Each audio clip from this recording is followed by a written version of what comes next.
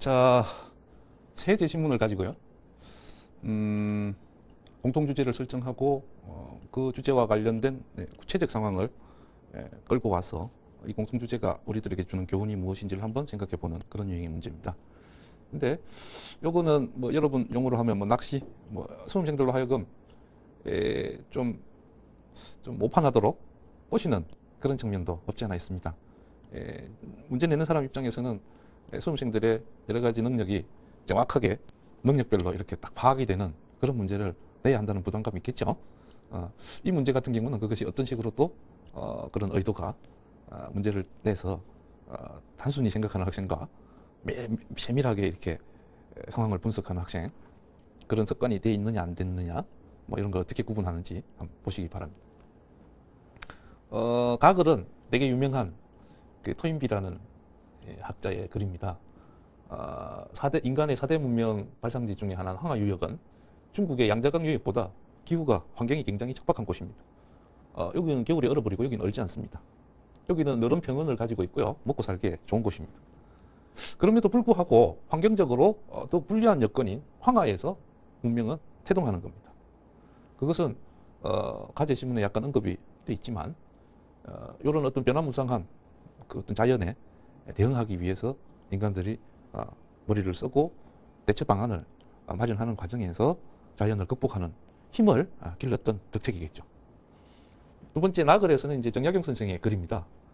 그 강성했던 고구려가 멸망하게 되는 요인 여러 가지로 분석될 수 있을 것입니다만은 큰 틀에서 정약용 선생은 외적의 침입에 항상 대비해야 되고 긴장할 수밖에 없었던 저 북쪽의 국내성에 도읍을 정하고 있을 때 고구려는 강성한 국가로 성장할 수 있었다.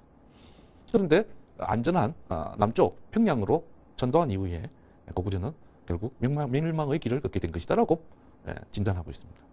뭔 이야기냐 하면 국내성에 입지하고 있을 때는 어떤 외적의 침입이라는 상황에 대해서 바로 나라 전체가 긴장을 하고 일치 단결해서 그 위기를 극복하려고 노력하게 되어 있습니다. 그 위기나 어떤 이 긴장의 상황이 바로 오는 거죠. 그런데 평양성에 도읍한 이후로는 외적의 침입은 그 이 북쪽 성들의 문제지 여기 있는 이 도읍에 있는 평양에 있는 그 당시의 어떤 집권층이나 또는 이 평양 수도의 이 사람들에게는 딴 나라 이야기가 되기 시작한 겁니다.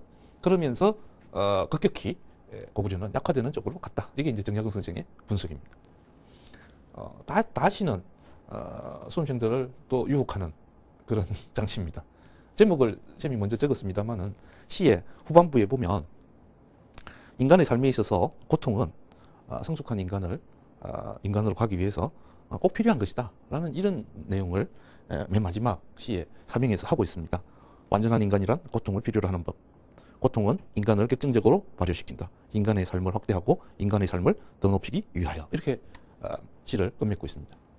이걸 보고 있노라면 여기서 애매했던 내용이 수험생들 입장에서는 확 분명하게 밀려오는 것입니다. 힘들고 어려운 상황, 그걸 고난과 역경의 상황이라고 합시다. 이러한 상황은 나름 굉장히 의미 있고 긍정적일 수도 있구나. 그래서 고난과 역경은 발전의 원동력이다라는 주제를 잡게 되는 겁니다. 그런데 이거를 이제 쓰다 보면 이제 그런 상황과 관련된 구체적인 사례가 없을까? 요 요구사항이 있으니까 하다 보면 수험생들 입장에서 가장 쉽게 떠오르는 것이 시험을 못 봤어. 근데 오히려 열심히 공부 안 하니까 시험을 못 봐서 굉장히 이 힘든 상황에 처한 걸 보면서 분발해서 나중에 결국은 더 좋은 대학을 가게 되었다. 뭐 이런 거하고 비슷하지 않냐? 뭐 이런 예를 들 수도 있는데 그거는 수험생들을 꼬시기 위해서 한 거기도 하지만 여러분들 입장에서 잘 이렇게 두 가지를 한번 생각해 봅시다. 출제자가 그린 그림은 이런 구도입니다.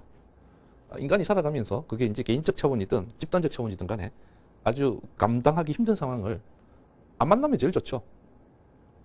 좀 넉넉하고 부유한 환경에 태어나서 공부할 만큼 공부하고 해서 이렇게 나름 자기가 제일 맞는 적성, 대학교 지나갈 때 여기 갔는데 적성이 아닌 것 같아. 그래서 엄마 아빠가 여유가 있으니까 유학을 가야 되는데 그때는 내 적성 쪽으로 유학을 가서 적성이 딱 맞는가. 그래서 그 분야의 최고가 되어서 귀국해서 그 분야의 전문가로서 인정받고 돈을 많이 벌었어.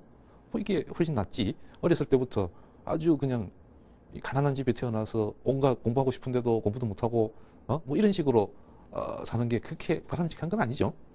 자, 실제로 그렇죠.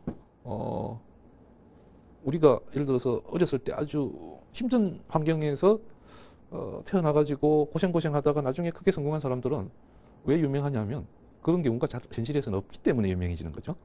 어렸을 때 넉넉하고 부유한 환경에서 성장해서 성공을 거둔 건 당연히 특별한 이유가 없는 한 당연히 그래야 되기 때문에 유명해지지 않는 것 뿐입니다. 이걸 오해하시면 안 됩니다.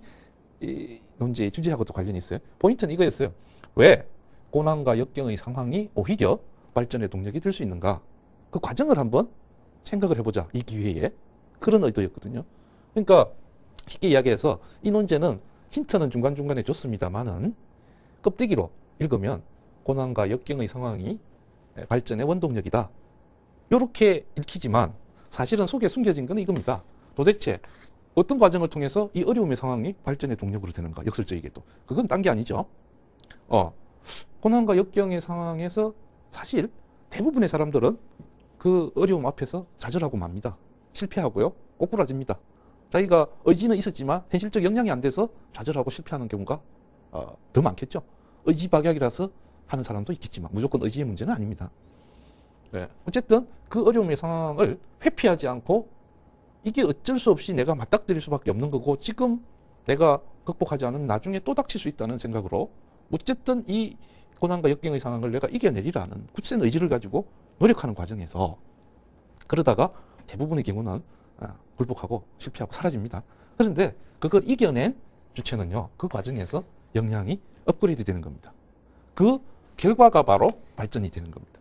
그래서 이 논제의 포인트는 고난과 역경 그 자체가 아니고 고난과 역경을 대하는 자세가 포인트인 거죠. 그래서 선생님이 그 예시답안의 주제를 고난과 역경을 두려워하지 말자라고 적었습니다. 포인트 구분하시겠죠? 그런데 그걸 어느 정도 감을 잡았으면서도 막 왜 그림이 그렇게 안 그려졌을까? 요 시 때문에 그랬어요. 시가 워낙 너무 선명하게 고통을 찬양하는 쪽으로 돼 있단 말이죠. 근데 한번 생각을 해봅시다. 시적 표현하고 일반적인 글의 표현은 다른 겁니다. 그러니까 여러분 김소월의 진달래꽃의 마지막 구절 나보기가 역겨워 가실 때는 죽어도 아니 눈물 흘려오리다 라는 구절 보고 여러분들 독한 여자군 이렇게 읽지 않죠. 그걸 반어적이고 역설적인 표현으로 읽죠. 이것도 시란 말이죠. 그러니까 완전한 인간이 되기 위해서는 고통이 꼭 필요하다는 이야기는 필요하다 사실 명제가 아니고 내가 살아가면서 만나는 고통들 정말 괴롭지만 이것이 내가 완전한 인간이 되기 위해서 그쳐야 될 것이구나 하고 내가 그 고통을 회피하지 않으려는 의지의 표현인 거지 실제로 나는 고통을 필요로 해 이런 건 아니죠. 그러니까 장르를 생각하면서 읽어야 되겠죠. 그리고 두 번째, 이 사례와 관련해서 선생님이 조금 전에 수험생이 자신이 살고 있는 현재 시점에서 자기의 관심사와 관련해서 사례를 들어주는 건 좋지만 그래도 이런 건 생각하셔야 됩니다. 지금 가제신문은 문명의 태동 이야기를 하고 있고요. 낮제신문은 일국의 흥망성쇠를 이야기하고 있는데 그러면 적어도 내가 끌어들일 사례는 나 개인적인 이런 것보다는 적어도 우리 사회가 대한민국이라는 사회가 맞닥뜨리고 있는 어떤 위기의 상황, 어떤 어려운 상황 요것과 관련된 것들을 좀 사례를 끌어와서 그 어려움을 우리가 어떤 식으로 극복해내는 것이 대한민국 사회가 조금 더 나은 사회가 되고 경쟁력 있는 사회가 되기 위해서 필요한 것들인지를 또 예를 들어서 우리가 논술을 하면서 아니면 언어 영역 공부하면서 이렇게 많이 만나는 문제들 있지 않습니까? 청년 실업 문제, 고령화 사회 또 우리 대한민국 이 한반도는 세계에서 유일하게 마지막으로 나온 분단 국가입니다. 이 분단으로 인한 비용도 만만치 않습니다. 이런 모든 문제들 환경 문제까지 우리들이 부닥치고 있는 굉장히 difficult 어려운 상황이에요. 근데 문제는 우리가 이 상황이 어렵다고 느껴지는 것은 그만큼 우리의 역량이 그 수준밖에 안 된다는 거죠. 공부를 해나가는데 어떤 수학 문제 3점짜리 다잡기를 사가지고 막 풀고 있는데 다 틀려요. 그럼 그 이야기는 거꾸로 뭡니까? 내 수학 실력이 그것밖에 안 된다는 뜻이겠죠? 이번 기회에 나의 수학 실력을 확실하게 업그레이드 시키려면 코피 쏟을 때까지 그 문제집을 다 뚫어내야 되는 겁니다. 그러고 나면 다음에 그 수준의 문제집을 보면 어렵지 않죠. 왜? 나의 수학 실력이 업그레이드 돼 있으니까. 지금 이 논제에서 이야기하고 있는 건 바로 그겁니다. 코피 흘리더라도 맞닥뜨리는 자세. 그래서 두 가지였습니다. 학생들이 표면적으로 이렇게 드러나는 거에 그냥 말려서 답안을 구성을 하느냐 아니면 질문을 해보는 거죠. 고난과 역경, 어려운 고통의 상황이 오히려 발전의 원동력이라고? 그거를 표면에 내놓고 뭘 논의하라는 건가? 고난과 역경의 상황이 역설적이게도 발전으로 연결될 수 있는 그 과정이 무엇인지를 추론해보라는 뜻이고 그런 시각에서 보면 군데군데 힌트들이 있었죠. 그렇게 해서 문제를 분명하게 출제자가 그린 의도를 파악을 하시고 그 다음에 구체적인 상황을 떠올릴 때도 적어도 제 신문에서 논의하는 어떤 수준, 내 맞는 상황을 끌어올 수 있도록 해주는 것이 좋은 점수를 받을 수 있는, 적어도 출제한 사람과 이렇게 시험을 보는 사람이 이렇게 서로 대화가 되고 소통이 되는 그런 수준의 답안이 되리라 봅니다.